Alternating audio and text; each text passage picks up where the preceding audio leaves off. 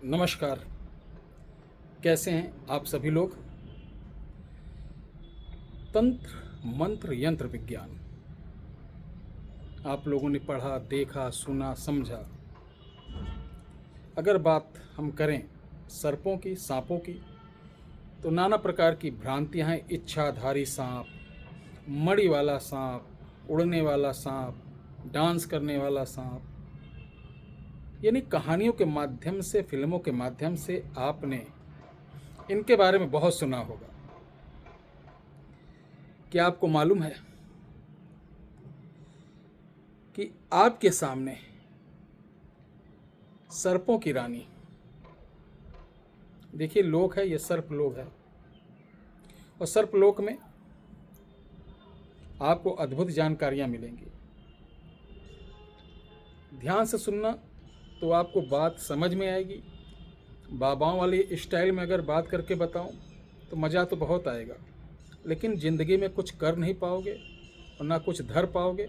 बस अपने जीवन किसी तरीके ये वीडियो देख कर, रील देख कर टाइम पास करके बुढ़ापे में आप एक एक रुपए के लिए तरसोगे। फिर तो वो किसी का भी व्यक्तिगत मामला हो तो अपने जीवन को बर्बाद ना करें। सही जगह लगाएं, सही चीज़ सीखें, सही चीज़ समझें, और अपने बुढ़ापे के लिए, अपने भविष्य के लिए एकदम आपको तैयारी अभी से करना होगा। प्यारे दर्शकों, जैसे नरसिंह देवता होता है जिसको सिंह द्वारा भक्षण किया जाता है। एक नरसिंह अलग होता है, एक गांव के होते हैं नरसिंह। अभी हो सकता है इसमें बहुत सारे लोग कहेंगे नहीं गुरुजी आप गलत समझा रहे हैं, क्योंकि ज्ञान होना बहुत ज़रूरी है। जैसे सिंह द्वारा जो मारा जाता है, बाघ सिंह द्वारा, तो वो छोटे नहर सिंह होते हैं देव, जो किसी के ऊपर लग जाते हैं तो छुड़ाना मुश्किल हो जाता है, बड़े क्रूर होते हैं। इस प्रकार कुत्ते से काटा हुआ व्यक्ति जो मरता है, देखिए आपको बगल कुत्ते का साउंड भी आ रहा होगा। कुत्ते के द्वारा जो काटा हुआ व्यक्ति रहता है वो भयंकर, समझ लीजिएगा, वो बहुत नंग प्रेत बनता है, और वो जिसको लग जाता है तो घुरघुटी मचा देता है, यानी वो जल्दी कितनी भी ताकत लगा लो हटता नहीं है। इसी प्रकार पूर्णिमा, पंचमी, अष्टमी, शुक्ल पक्ष की अगर किसी कुंवारी कन्या को कोई सर्प काट लेता है नागवंशी, और वो मृत्यु को प्राप्त हो जाती है, तो वो नाग, जैसे देवियाँ होती ना, उसी तरीके नाग शक्ति होती है। मैं बता दूं, इसको हमने लिख भी रखा है और इसके ऊपर बड़ा अध्ययन चला था, और ये बहुत अद्भुत चीज़ है। और इसको सपेरे लोग सर्पों की रानी बोलते हैं, सर्पों की रानी। और सर्पों की रानी क्यों कहा गया है, ये सबसे अच्छी बात है कि ये जिसको सिद्ध हो जाती है, जिसके ऊपर कृपा कर देती है, तो उसके बल्ले बल्ले हो जाते हैं।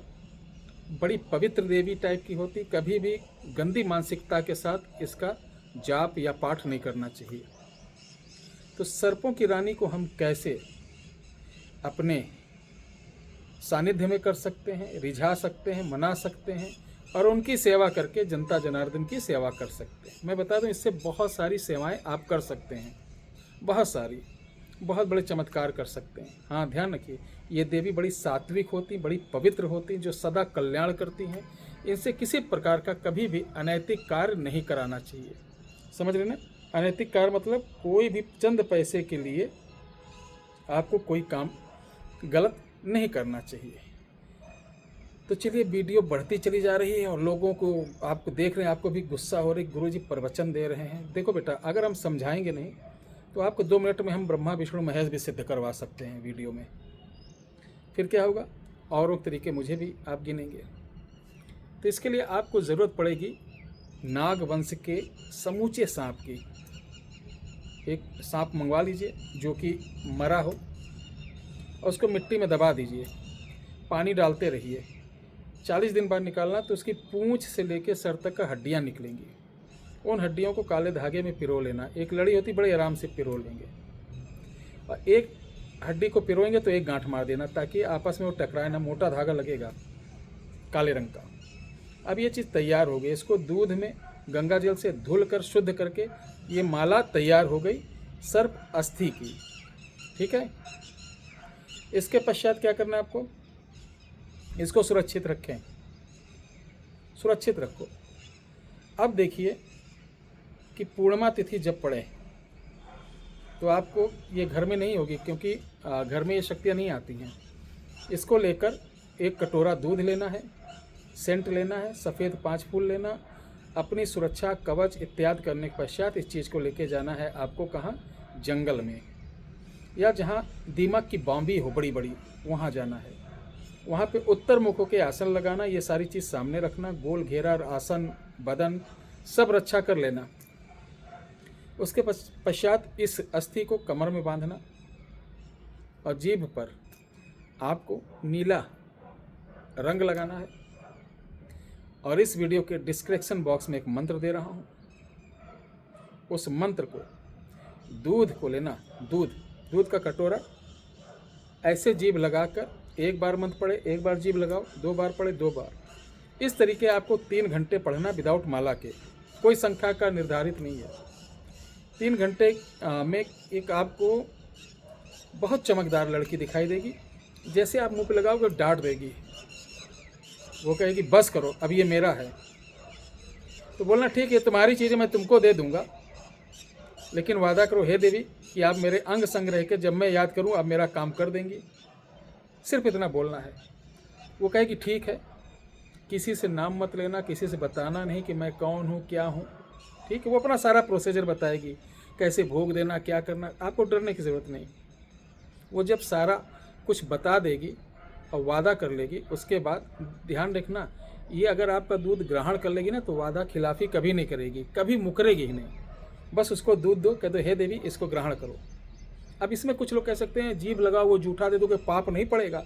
हिंदुस्तान इसीलिए हम बता तो रहे हैं, ऐसे लोग ना जीवन में कुछ नहीं कर पाए होंगे जो तर्क वाले ऐसा हुआ तो, ऐसे हुआ तो, अगर मगर किंतु परंत, वो आज भी बीबी की डांट खा रहे होंगे, बच्चों की गाली सुन रहे होंगे, और वहीं एक एक गुटखा के लिए तरस रहे होंगे, एक एक बीड़ी के लिए तरस रहे होंगे, चूँकि वो किसी चीज़ को समझेंगे नहीं। बस कोई चीज़ कोई बता रहा उसमें उंगल देना उनका प्रथम कार्य है। देखिए तंत्र है, ठीक है। आपके मंत्र जब आप जपते हैं ना तो मंत्र के अंदर इतना मतलब ओरा रहती है कि वो जब जिभ्या लगाते हैं तो आपकी जिभ्या नहीं रहती उस समय, स्वयं शेषनाग भगवान की जिह्वा स्वरूप माना गया है। समझ रहे ना? नहीं समझ रहे हो तो अयोध्या चले आओ, बैठ के दिखा दूंगा। तो इसको करिए, लाभ उठाइए, और मैं यही निवेदन करूंगा कि अपना समय भैया बर्बाद मत करिए इधर उधर। ठीक ठाक चीज़ देखिए, नहीं समझ में आ रही आप अयोध्या चले आए, मैं समझा दूंगा, आप चले जाइएगा। ठीक है, नहीं तंत्र मंत्र यंत्र ये सब टोटल 90% सब बातों पे चल रहा है, मोटिवेशन चल रहा है, मदारीगिरी चल रही है। बाकी आप समझदार हैं, बोलूँगा तो लोग कहेंगे गुरुजी को जलन होती है, गुरुजी को ऐसा होता है, गुरुजी का समझाना भी तो आजकल बहुत बुरी बात होगी। किसी को अच्छी राह बताओ ना तो उसमें भी दोष अपने को मिलता है। जय हिंद, जय भारत, जय श्री राम।